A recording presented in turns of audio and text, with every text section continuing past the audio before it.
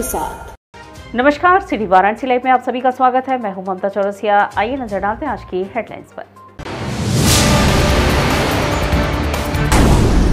भदैनी क्षेत्र स्थित एक मकान में मिला महिला व उनके 3 बच्चों का खून से लथपथ शव। पति का भी रोहनिया थाना क्षेत्र में मिला शव, मची सनसनी।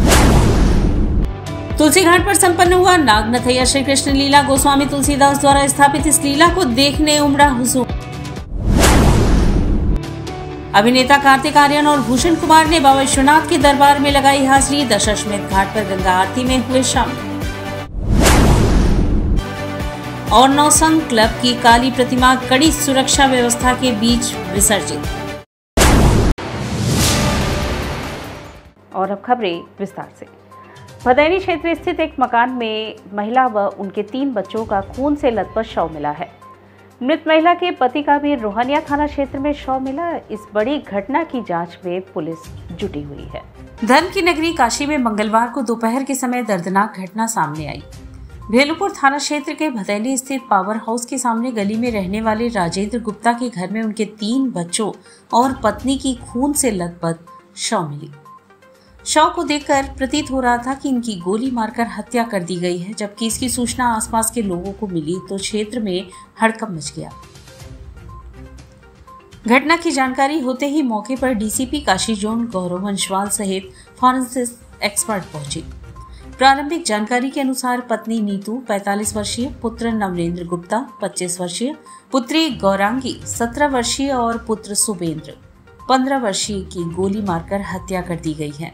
मौके पर पुलिस कमिश्नर मोहित अग्रवाल भी पहुंचे और घटना का जायजा लिया। घटनास्थल पर आसपास के लोगों का जमावड़ा लग गया। मिली जानकारी के अनुसार राजेंद्र का भदैनी और शिवाला क्षेत्र में 2-2, 4-4 मंजिला मकान है, जिसमें 2 दर्जन से भी अधिक किराएदार रहते हैं। इसके अलावा शिवाला वाले मकान में देसी शराब का ठेका भी किराए पर चलता है। मकान में रह रहे किराएदारों ने आशंका व्यक्त की है कि घटना आधी रात के समय की होगी। दीपावली के बाद अक्सर लोग पटाखे बजाते रहते हैं। आधी रात गोली चली भी होगी तो हम लोगों को लगा कि कोई पटाखा बजा रहा है, इसलिए नजरअंदाज कर दिए। सुबह जब काफी देर तक दरवाजा नहीं खुला तो एक किराएदार ने दरवाजा बजाया। कोई आहट न होने पर धीरे से धक्का देने पर ही दरवाजा खुल गया। अंदर सभी चारों के शव थे और खून बिखरा पड़ा हुआ था। राजेंद्र गुप्ता का आपराधिक इतिहास भी रहा है। पूर्व में उसने अपने पिता और उनके गार्ड की गोली मारकर हत्या कर दी थी। इसके अलावा उस पर अपने छोटे भाई व उसकी पत्नी की भी गोली मारकर हत्या का आरोप है। इस मामले में वह काफी समय जेल में भी रहा है, जो कुछ वर्षों से जमानत पर जेल से बाहर रहकर अपने पैतृक आवास पर रहते पिता के कारोबार को देखता था। उसके इस आपराधिक प्रवृत्ति को देखते हुए पुलिस व स्थानीय लोगों ने आशंका व्यक्त की कि यह करतूत राजेंद्र गुप्ता की है, जिसने रात में सोते समय अपने पत्नी और 3 बच्चों की गोली मारकर हत्या करके फरार हो गया। पुलिस अभी उसके लोकेशन को ट्रेस करने का प्रयास कर ही रही थी कि कुछ ही देर बाद उसे सूचना मिली कि राजेंद्र गुप्ता का शव रोहनिया थाना क्षेत्र के सदरपुर गांव में एक अर्धनिर्मित मकान में पड़ा हुआ है। इस सूचना के बाद तत्काल मौके पर पुलिस पहुंची और राजेंद्र गुप्ता के शव का शिनाख्त करते हुए इस पूरे घटनाक्रम की एक अलग एंगल से जांच में जुट गई। दूसरी ओर राजेंद्र की पत्नी और 3 बच्चों की हत्या की सूचना पर मौके पर राजेंद्र की मां पहुंची, जिन्होंने मीडिया के साथ बातचीत में इस घटना को राजेंद्र द्वारा अंजाम दिए जाने की बात को साफ साफ नकार दिया। उनका कहना था कि राजेंद्र इन दिनों यहाँ नहीं रहता था, वह अपना मकान बनाने में लगा हुआ था और वहीं रहता था। वह दीपावली के दिन आया जरूर था, लेकिन इसके बाद उसको नहीं देखा गया था। पारिवारिक विवाद कुछ चल रहा था इनका पिछले कुछ वर्षों से, उसी में ये हत्या हुई है। अभी पुलिस इसमें जांच कर रही है कि किसने ये कारित की हत्या और क्या कारण रहा। बताया जा रहा है कि जो पति है राजेंद्र गुप्ता, उस पर शक जताया जा रहा है क्योंकि उसने पहले भी हत्या की चुकी है, ऐसा बताया जाता है, और अभी जो है वो फरार भी चल रहा है। राजेंद्र गुप्ता के ऊपर पूर्व में भी मुकदमा चला है हत्या का 1997 में। उसके बाद इसके पर 2 और मुकदमे रहे हैं और अभी ये फरार हैं। अभी इनकी तलाश जारी की जा रही है। जो अभी तक आप लोगों ने जांच की है उसके अनुसार इस हत्या का प्रथम दृष्टया कारण क्या पाया है? पारिवारिक कलह जो बताया जा रहा है माता जी द्वारा, वो पारिवारिक कलह ही बताया जा रहा है कि इनका कुछ आपस में विवाद चल रहा है। लगभग कितने बजे की घटना है ये? लगभग कितने बजे की? ये देर रात्रि की है, क्योंकि जिस अवस्था में शव मिले हैं वो ऐसा प्रतीत हो रहा है कि जैसे वो सोए हुए थे और उसी टाइम गोली मार के हत्या की गई। कितने लोगों की हत्या हुई है और क्या उम्र है लगभग? इसमें जो पत्नी है वो उनकी उम्र है 45 साल और 3 बच्चे हैं जिनकी 25, 15 और 16 साल है उम्र। वेपन क्या रहा है और किस तरह से मर्डर हुआ है? ये पिस्टल प्रतीत हो रहा है क्योंकि मौके पर खोखा भी मिला है, तो प्रथम दृष्टया पिस्टल इसका उपयोग हुआ। गोस्वामी तुलसीदास द्वारा स्थापित नागनथैया लीला का मंगलवार को समापन हुआ। लीला को देखने के लिए लोगों का भारी हुजूम उमड़ा। काशी के तुलसी घाट पर 400 साल से भी पुरानी परंपरा नागनथैया लीला मंगलवार को फिर जीवंत हो उठी। इस दौरान गंगा किनारे आस्था और विश्वास के अटूट संगम का नजारा देखने को मिला। यहाँ की गंगा कुछ समय के लिए यमुना में परिवर्तित हो गई और गंगा तट पर हजारों वर्ष पुरानी वृंदावन की प्रमुख लीला दोहराई गई। इस लीला के प्रारंभ में दिखाए गए कि भगवान श्री कृष्ण अपने बाल सखाओं के फूलों द्वारा बनाए गए गेंद से खेलते हैं।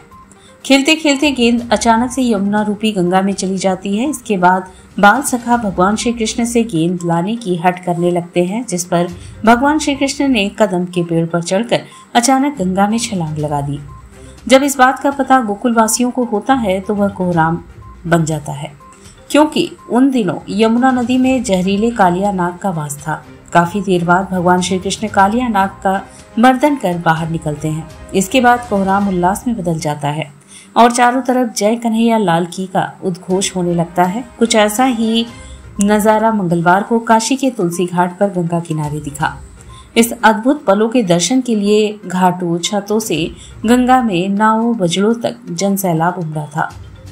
कालिया नाग के फन पर बांसुरी बजाते कान्हा का दर्शन कर अनूठी झांकी हर किसी को भावविहीन कर गई। इसके साथ ही जिला स्थल पर उपस्थित दर्जनों की संख्या में डमरू दलों ने डमरू के वाद से वातावरण को भक्तिमय बना दिया था।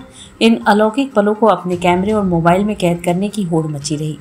अखाड़ा गोस्वामी तुलसी घाट की ओर से नागनथैया के आयोजन की परंपरा 450 साल से अधिक पुरानी है। इसकी शुरुआत गोस्वामी तुलसीदास ने की थी। काशी के लखा मेलों में शुमार नागनथैया देखने के लिए दोपहर बाद से ही भीड़ जुटने लगी थी। कि जब एक समय यमुना में कालिया नाग रहा करता था तो उसका जल एकदम विष उसमें घुला हुआ था और वो जल कोई प्रयोग नहीं कर पाता था। तो कंस ने इसको एक ट्रैप बना के भगवान कृष्ण को उसमें गेंद के बहाने कृष्ण जी को कूदना पड़ा।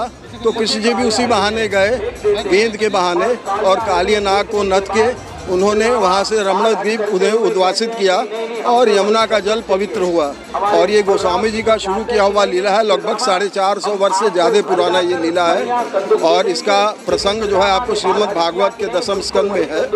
विलोक्य दूषिताम कृष्णाम कृष्णा कृष्णा हिना विभु तस्याम विशुद्ध मनविच्छन सर्पम तम उद्वासयत। तो काली नाग को निकाल दिया और यमुना पवित्र हो गई। तो आज के समय में भी देखिए ऐसे विषैले नाले गंगा में जहर डाल रहे हैं। तो हम लोग को इससे एक मैसेज मिलता है कि अपने नदियों को, ये जो प्राकृतिक नदियां हैं और हम लोग के लिए तो गंगा मैया एक ब्रह्मद्रव्य है, उनको सुरक्षित रखना चाहिए और नालों का उत्सर्जन इसमें बंद होना चाहिए। ये एक बड़ा मैसेज है।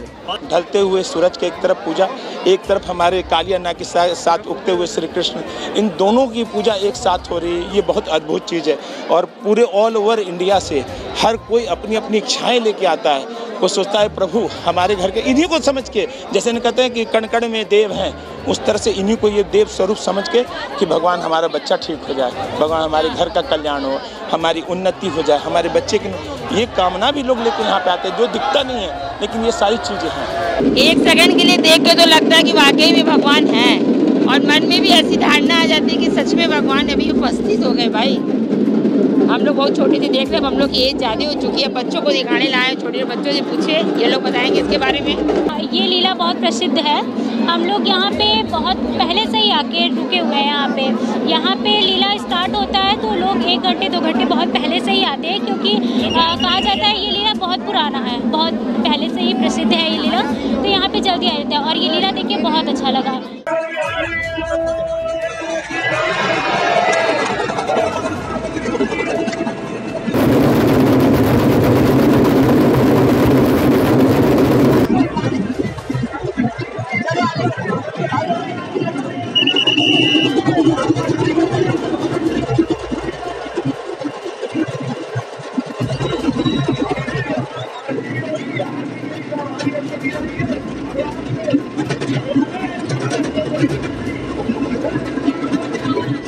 समाज में उत्कृष्ट कार्य करने वाले 11 लोगों को काशीराज डॉक्टर विभूति नारायण सिंह अलंकरण के तहत सम्मानित किया गया। समाज में उत्कृष्ट कार्य करने वाले 11 लोगों को काशीराज डॉक्टर विभूति नारायण सिंह अलंकरण के तहत डॉक्टर सचिन सनातनी, शैलेश वर्मा, वैभव राय, आशुतोष शास्त्री सहित 11 लोगों को डॉक्टर रजनीकांत व बिहारीलाल शर्मा ने अंग वस्त्र के साथ सम्मान प्रदान किया।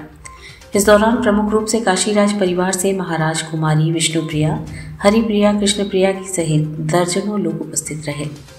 कार्यक्रम संयोजक चक्रवर्ती विजय नावल किए। चेत सिंह किले में आयोजित 3 दिवसीय आध्यात्मिक समागम सनातन कुंज का मंगलवार को समापन हुआ।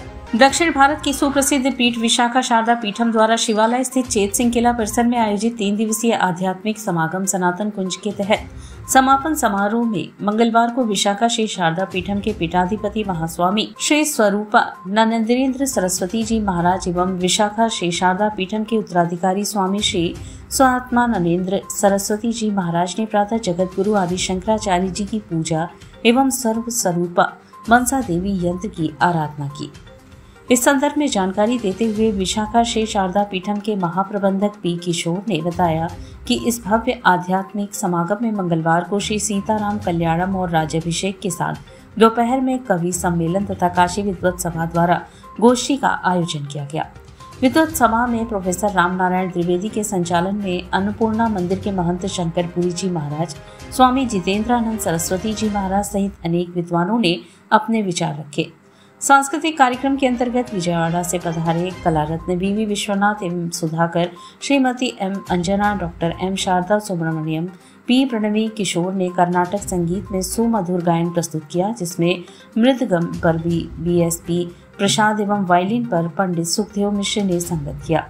इस अवसर पर बड़ी संख्या में श्रद्धालु महिलाओं ने भाग लिया। सायं विशाखा श्री शारदा पीठम के पीठाधिपति महास्वामी श्री श्री श्री स्वरूपा नरेंद्र सरस्वती जी महाराज ने सदगुरु पूजा महोत्सव में वैदिक मंत्रोच्चार 20 स्वगुरु का पूजन अर्चन किया। तत्पश्चात महास्वामी श्री स्वरूपा नरेंद्र सरस्वती जी महाराज के अनुग्रह भाषण के साथ यज्ञ प्रसाद का वितरण एवं सभी वैदिक विद्वानों का सत्कार किया गया।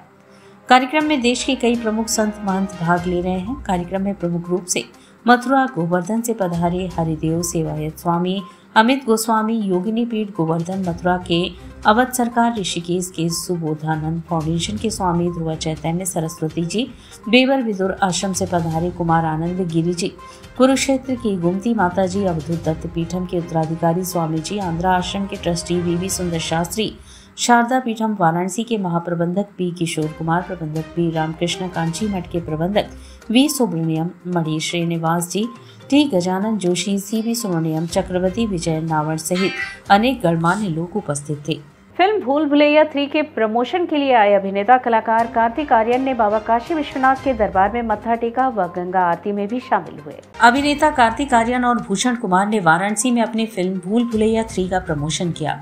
इस दौरान उन्होंने काशी विश्वनाथ मंदिर में दर्शन पूजन किया। इसके बाद नमो घाट जाकर फिल्म का प्रचार किया। इसके बाद वह विश्व प्रसिद्ध दशाश्वमेध घाट की गंगा आरती में शामिल हुए और मां गंगा की पूजा अर्चना कर इस प्रमोशनल इवेंट को खास बनाया। मीडिया से बातचीत के दौरान उन्होंने कहा कि काशी विश्वनाथ के दरबार में महादेव का दर्शन कर बहुत अच्छा लगा। बता दें कि कार्तिक आर्यन स्टार फिल्म भूल भुलैया 3 बॉक्स ऑफिस पर धूम मचा रही है और इसके शोज का हाउसफुल होना इस बात का सबूत है। इस हॉरर कॉमेडी को दर्शकों से मिल रहे जबरदस्त रिस्पांस की खुशी एक्टर से लेकर प्रोड्यूसर तक के चेहरे पर साफ देखी जा सकती है। फिल्म ने अपने ओपनिंग डे पर 36.60 करोड़ रुपए की कमाई की थी और सिर्फ 3 दिन में बॉक्स ऑफिस पर 100 करोड़ रुपए का आंकड़ा पार कर लिया है। इस सफलता के साथ भूल भुलैया 3 कार्तिक के कैरियर में इस माइलस्टोन तक पहुंचने वाली सबसे तेज फिल्म बन गई है। कार्तिक आर्यन फिर से रूह बाबा का रोल निभाते हुए नजर आएंगे, जो सुपरहिट भूल भुलैया 2 से है। उनके साथ तृप्ति डिमरी, ओरिजिनल मंजुलिका विद्या बालन और उनकी पार्टनर इन क्राइम यानी माधुरी दीक्षित भी नजर आएंगी। अनीस बज़मी द्वारा डायरेक्टेड और भूषण कुमार द्वारा प्रोड्यूस की गई यह फिल्म इस साल की मच अपडेट फिल्मों में से एक है। यह फिल्म सिनेमा घरों में अच्छा प्रदर्शन कर रही है। बहुत अच्छा लगा यहाँ पर और बहुत ही ये आप देखेंगे तो वो बोर्ड है यहाँ पे आसपास और सब आई थिंक यहाँ पर दर्शन करने ही आए हैं। और बहुत ही ज्यादा भूल भुलैया 2 के बाद भी हम यहाँ पर आए थे और सक्सेस सेलिब्रेट किया था, बट 3 के बाद ये बहुत जल्दी अच्छा ऐसा लगा कि ये अच्छा टाइम है आने का, तो बस यहाँ पर आए और आशीर्वाद लेने आए। आपने दोबारा काशी को, हाँ आपने दोबारा काशी को, क्योंकि ये लगता है किसी न किसी तरीके से हमारे लिए ये जगह बहुत ही लकी है और मैं होप करता हूँ यहाँ आता रहूँ। बहुत खुशी है। देखिए भूल भुलैया 2 में हम लोग आए थे तो और हमने उस टाइम आई थिंक अनाउंस कर दी थी या करने वाले थे? नहीं, हमने नहीं की थी, हम बस आए थे यहाँ पर और आशीर्वाद लेने आए थे। तो आशीर्वाद उस टाइम लिया था और उसके बाद जाते ही हमने भूल भुलैया 3 अनाउंस की थी और आज 3 के वीकेंड सक्सेस हो गया हमारी फिल्म का, तो बहुत बहुत खुशी है। ऑडियंस को, सब लोगों को, सारे वेल विशर्स को थैंक यू, क्योंकि उन्होंने इतना प्यार दिया इस फिल्म को, जो अभी एक वीकेंड में आई थिंक हमने 110 करोड़ का वीकेंड मारा है एक वीकेंड, वो बहुत बहुत बड़ी बात है। और यहाँ वक्त तुशला है एक छोटे से ब्रेक का, मिलते हैं ब्रेक के बाद। वाराणसी लाइव, सच के साथ।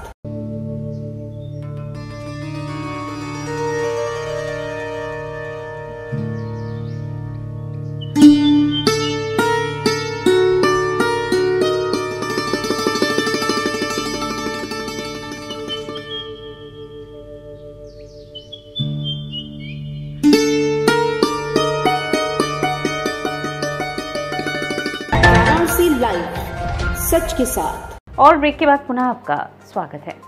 भेलूपुर पुलिस ने 5 शातिर चोरों को गिरफ्तार कर उनके पास से चोरी के 13 टायर बरामद किए। थाना भेलूपुर पुलिस टीम ने विशेष अभियान के तहत 5 शातिर चोरों को गिरफ्तार किया और उनके पास से चोरी के 13 टायर बरामद किए हैं।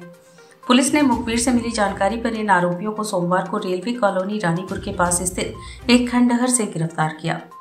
पुलिस आरोपियों के खिलाफ विविध कार्यवाही में जुटी रही। इस मामले में 3 लोगों ने भेलूपुर थाने में मुकदमा दर्ज कराया था।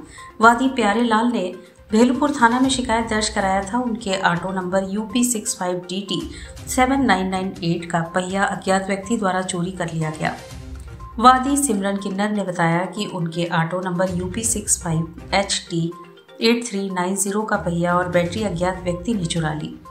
वादी राहुल दुबे ने बताया कि उनके ऑटो नंबर UP65MT 9166 का पहिया चोरी हो गया है।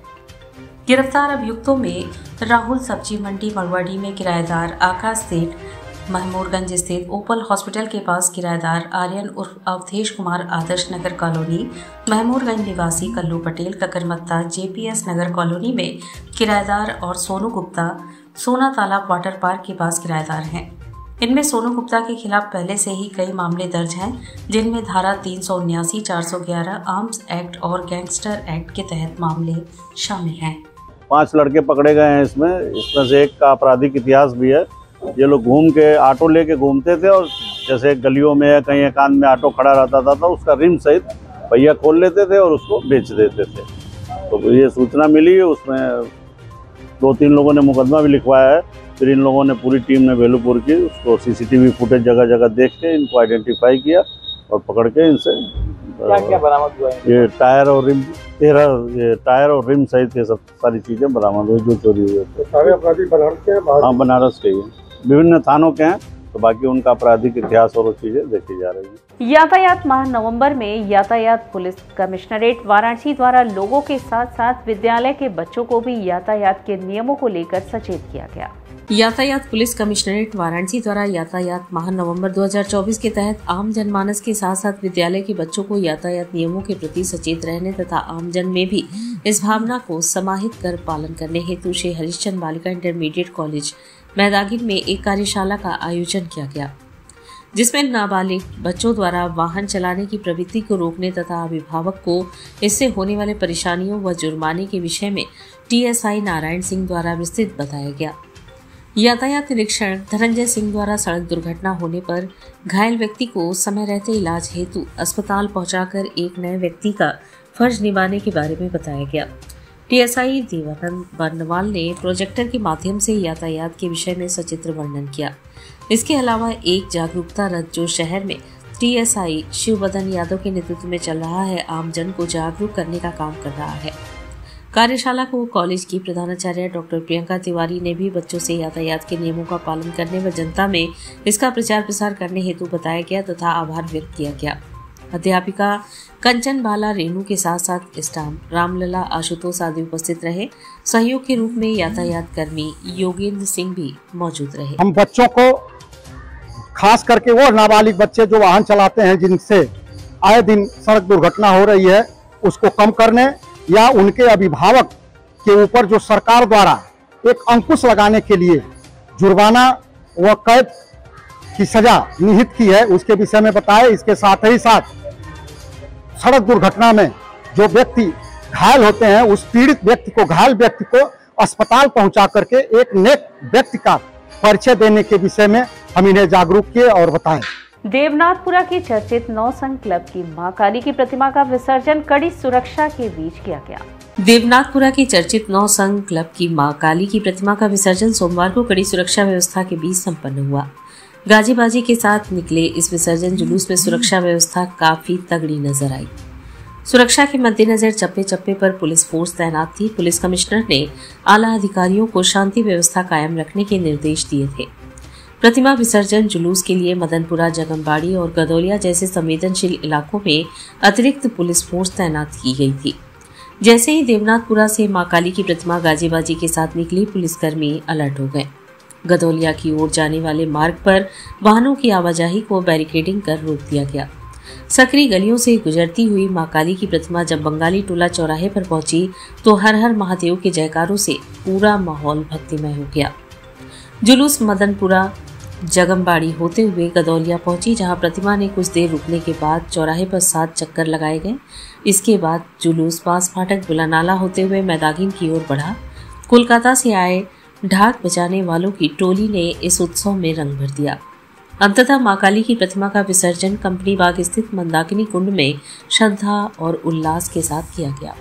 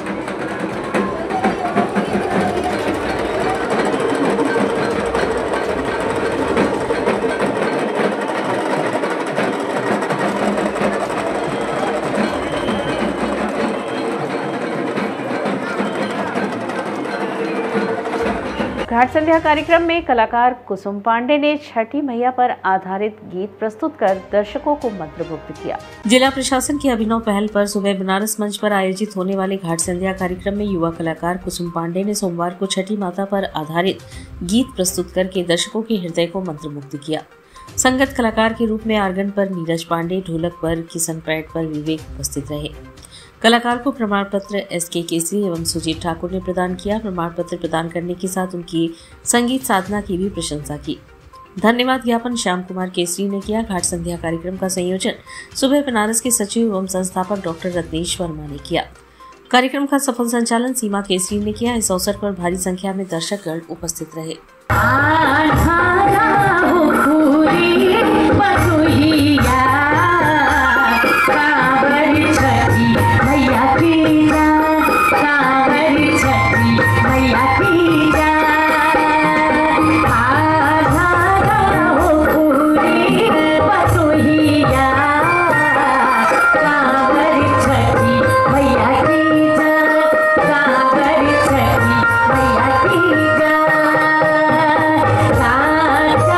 ही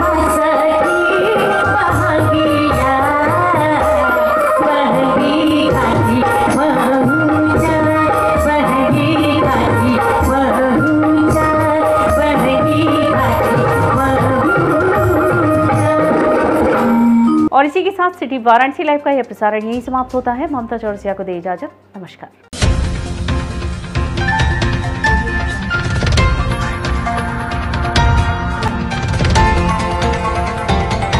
वाराणसी लाइव, सच के साथ।